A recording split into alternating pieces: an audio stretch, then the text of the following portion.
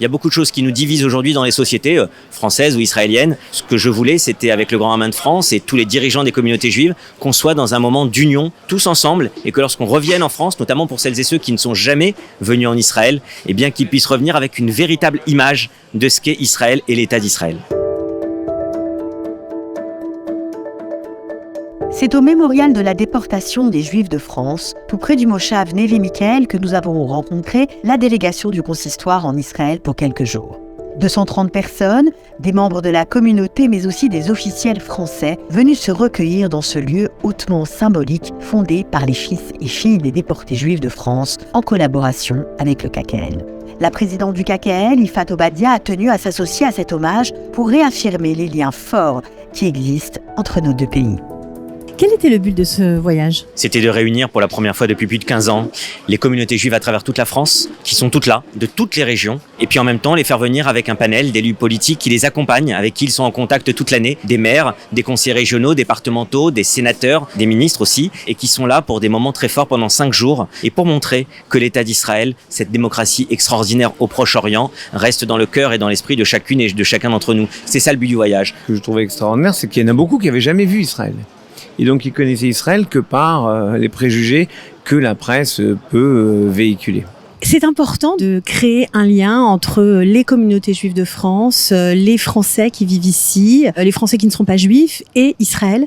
C'est fondamental parce que la question de l'identité tourne toujours autour des deux pays, France et Israël, et autour de la religion.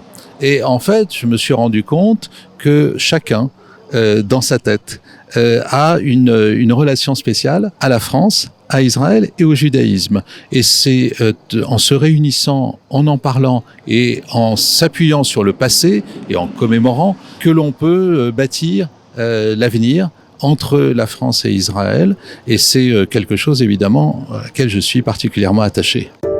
Un trait d'union permanent entre la France et Israël. Dans le programme que j'avais présenté à tous les consistoires de région, j'avais inclus ce projet, comme ça avait été le cas dans les années 2000, et ça n'avait plus été le cas. Je souhaite organiser une grande convention nationale. C'est chose faite dès cette année 2023. Ça fait du bien de se retrouver en Israël, évidemment avec des Israéliens, évidemment avec des Juifs de France, parce que nous soyons en Israël, que nous soyons en France, nous avons peu de moments de communion comme celle-là, des découvertes des uns des autres de nos régions, de la culture israélienne, pour certains qui ne la connaissent pas, de ce pays qui est absolument extraordinaire, et comme on a l'habitude de dire, nous avons un profond attachement lorsqu'on est français à l'État d'Israël et nous restons évidemment français, fiers de l'être. C'est important de montrer un attachement à Israël, c'est important de pouvoir témoigner sur place, d'écouter, de vivre et de ne pas subir toute la désinformation qu'on peut entendre par ailleurs. Après de la rencontre, évidemment, naissent des amitiés, des sympathies, des discussions qui vont créer des projets qui vont se faire au travers de nos régions avec des personnes que nous ne connaissions pas